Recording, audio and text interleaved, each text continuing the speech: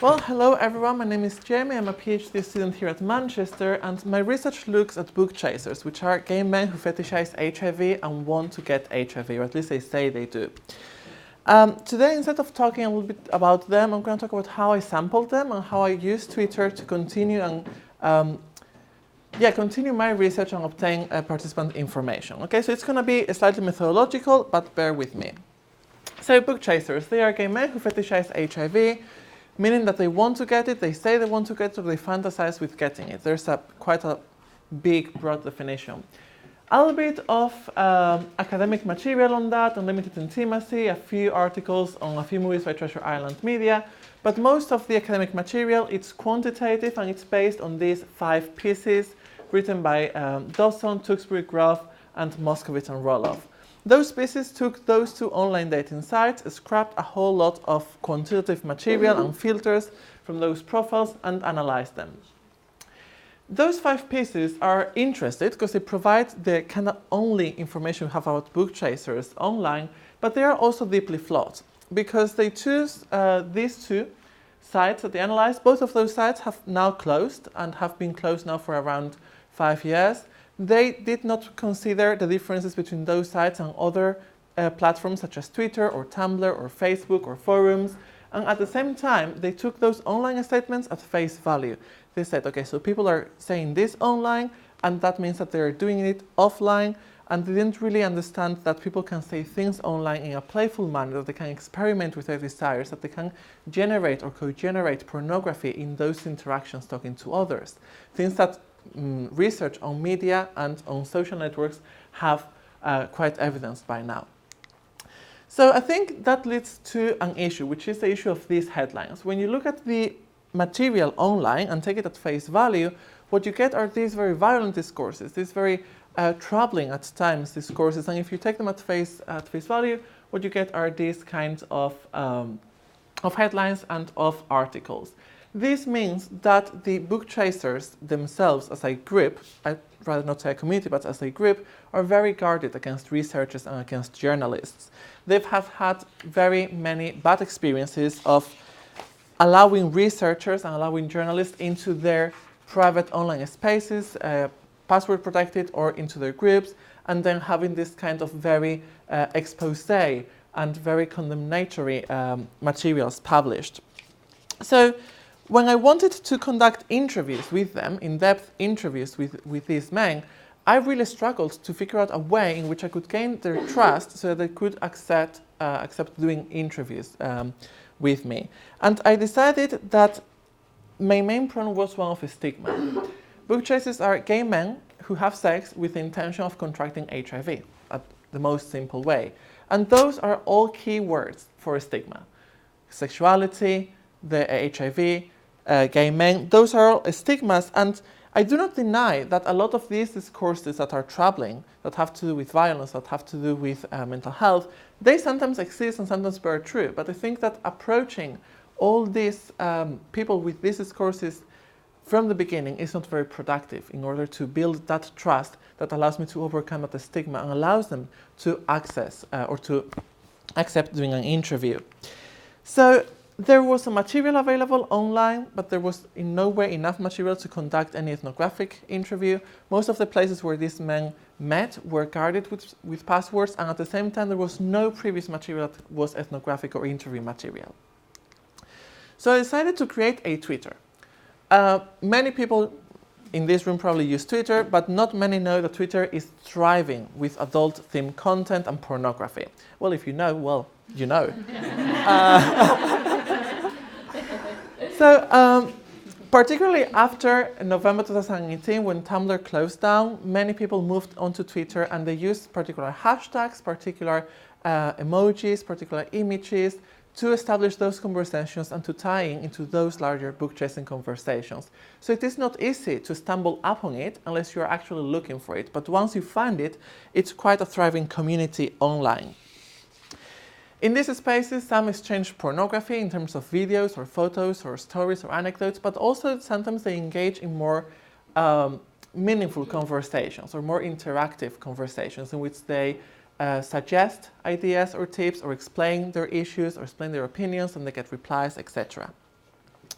So I created this Twitter around July last year. As of yesterday, I have 712 followers. 80% are men. The other 20%, I'm not entirely sure. Twitter says they are female, but I'm not entirely sure that's true. 40% are from the US, but the majority, particularly because all the tweets are published in English, speak English, or at least publish the materials in English. And my tweets, the tweets that I publish in this account, have reached over 1 million people that have seen them, even if they've not interacted with it. So the tweets are these kind of tweets. My idea for the Twitter was to create a process of dissemination of the research process, not just of the results. I needed to build trust and rapport with these men so that they would accept to do the interview. So I needed to make very clear what my interest was, what my research process was like. So I published quotes from other participants who had already done the interview, probably anonymized, obviously, and I got replies from these people who agreed with it, people who disagreed, people who suggested other readings of these quotes. I also asked questions. Part of my research questions were when I came upon a thing that I was not really sure how to explain, I asked it, and people were like, oh, I actually think this is more of a fantasy issue, or I actually think this is more of a issue that I've encountered as well. And also, if I came across particular excerpts from the literature that I found troubling or that I found interesting, I would post them there, and people would provide their own readings. And this is members of the group, as well as a few academics, but mostly members of the group, providing their own commentary to the ongoing research project. I created this kind of graphic design that was standardized throughout the whole Twitter to also make it seem slightly more reliable. And this allowed me to build a sense of rapport. People commented about how they felt about PrEP, which is medication that prevents HIV. That was something that had never been considered in terms of book chasing, and it appeared in one of these comments and led to one of the chapters of my PhD being focused on that. They also comment about how they understand their own desires, how they use Twitter, and it allowed them at the same time to gain a glimpse of my own research process, to understand that I was doing an ethnography, that I was asking particular questions, that I was listening to the questions they were asking, and not just going in there exploiting that pool of material and obtaining the few radical traveling quotes that I would get me published. Instead, I was more interested in the nuances of meaning and interaction. Or at least that's what I say I do. Maybe my supervisors don't agree. Twitter, or conducting this kind of research or dissemination on Twitter, is not that different from doing it offline in other ethnographic venues.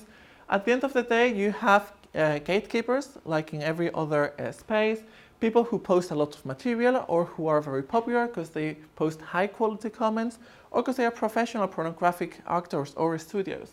For example, Treasure Island Media, which is a very well-known, or rather notorious, book chasing professional pornographic studio, published or retweeted a few of my tweets and published my research on their website, and within like 2 hours I got 10 people interested to do the interviews, because that was a key gatekeeper. It does have some other ethical issues, because they have a particular stance on book chasing that I may not share. At the same time, it also makes us as researchers vulnerable, because it shows what we are doing in a very open way. So this case is one of my participants for the interview. Without my asking him to do so, he published a review of the interview afterwards, saying that it was a great conversation, really interested in the research, etc. But then it got me thinking that perhaps he could have been angry or disappointed with the conversation and also published that, and that would have tanked my research. Because I didn't get any trolls, but I could have gotten many trolls. People who do not only disagree with the research, but disagree with what the content of the research is looking like. So I think this degree of vulnerability is not necessarily negative, and I'd rather say it's more accountability and dialogue. Because there were a few times in which I published excerpts from the literature or interview participant quotes that people disagreed with massively. And they had this opportunity of telling me, no, I don't think that's right. This does not really represent my experience, etc. I could incorporate that in my work in progress and modify my research questions and modify my interview questions according to that. So in terms of results, before we move on to the shortcomings, it allowed me to access previously untapped participants and information. So never before had such a number of 25 book chasers being interviewed and their stories collected in one piece, and also never before had they been asked about these particular issues. How do they feel about their online interactions? How did they come to discover book chasing and give it a name? How do they interact with medical professionals? It also allowed me to build a relevance of that research for the very participants, to member check, but also to build a degree of legitimacy in what I was doing. So unlike other pieces of research that they had come across in the past, which very much went in there, scrapped data and extracted it, in this case, what they thought was that, or what they told me they thought, was that I was taking into consideration a little bit of their input onto the very process of making the research, and that allowed them to feel that doing the interview would be a part of contributing on their own terms to the interview process.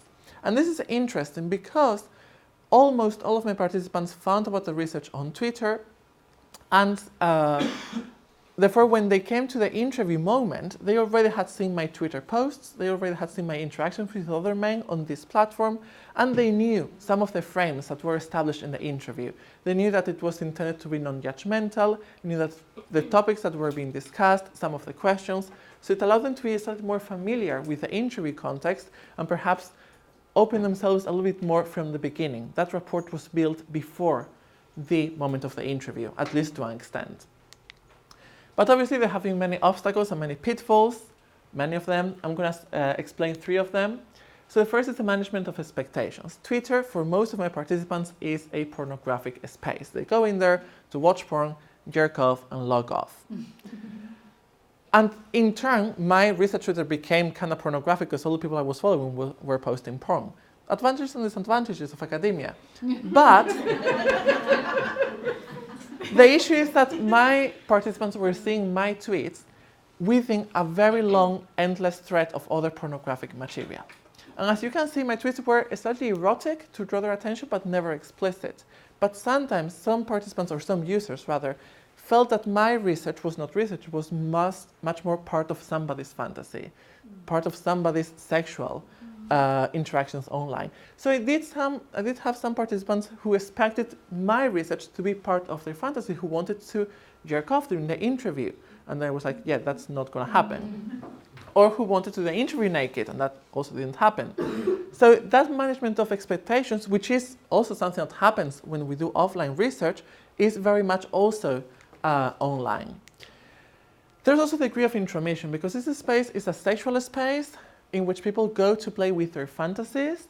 My being there, confronting or asking, perhaps not confronting, perhaps more asking things, can be felt by some as being intrusive. As my being there, asking about HIV and asking about long-term effects of infection when they're actually just wanting to jerk off. How are they reacting to that? The way I approach this is I never proactively approach any participants. I waited for them to interact with my tweets or message me or like my tweets or retweet them to then ask them anything. And I also read a lot of material on gay sex venues that had been done before and the role of the researcher in those spaces. And also this selection bias. Of course, a big part of my research was book chasers' use of the internet. The fact that I sampled all my participants through the internet made it very easy to find a lot of relevance on the internet. Most of my participants were white, most of them were very articulated, most of them all of them spoke English. Those are biases that I created through using Twitter to sample my participants. And also, out of 700 or over 700 followers, out of 1 million people who saw my tweets, only 25 went through to the interview. Those 25 are men who have something to say. Something to say because they don't feel represented, something to say because they feel that they have something in particular that they want to share with me, a particular troubling or a particular satisfying experience. And there are also men who have the skills and the courage to stay in front of a camera in the case of a Skype interview and talk about it. To shred their anonymity at least for an hour, 2 hours and talk about it. The majority of the participants were white, they were middle class, they were middle-aged, they had higher education degrees, and that shows a degree of bias again. But I'm not sure exactly how we could find other platforms that would be as successful as Twitter to recruit participants, but that's something I will look into. I think, however, I want to finish my presentations with the positives. Because I think there were lots of positives to this particular method. In particular, saying that it was very ethically challenging to access this information and that I had to maintain a permanent process of reflecting on my own ethics, because participants would come up with questions about, oh, are you collecting usernames? Or are you collecting the number of tweets? Or are you looking at what we post and then asking in the interview? And some participants were not comfortable with that. Some were comfortable with that. So it was a process of permanently going through that ethical process, sometimes with the help of participants, and asking them, are you comfortable with me doing that? Do you think this is interesting? But Twitter did allow me, in the end, to access information that had never before been collected. These interviews, the way in which these participants opened up about their desires, had never before been collected, except in a few exposés in journalistic articles that are lacking of any kind of actual value. And I did find things, such as the fact that they are very fluid. They move from fantasy to reality. The fact that their online engagements go from being key to their daily lives to just being jerk-off and log-off kind of approaches. But equally important, I think, was that in my research I wanted to understand what was the relations between the online and the offline encounters and practices. And by using Twitter and by comparing what they post on Twitter and then asking them about it, I was able to gain this kind of insider's knowledge into what those online interactions meant for them, without assuming anything about what the online interactions meant for them. So I think, as a conclusion using Twitter for research, particularly for stigmatized communities with which we need to build rapport and trust, is a process of permanently revisiting our ethics. And understanding that what we thought at the beginning to be ethically successful for these communities may not be so. They may be particularly timid about aspects of their online profiles. I had a participant who was really shy when I mentioned some of his tweets, whereas other people were not. So this kind of negotiation of meaning and negotiation of ethics throughout, I think it's very important that we can balance. With that, we can balance the shortcomings and have what I think is a very successful approach to researching stigmatized communities. Thank you.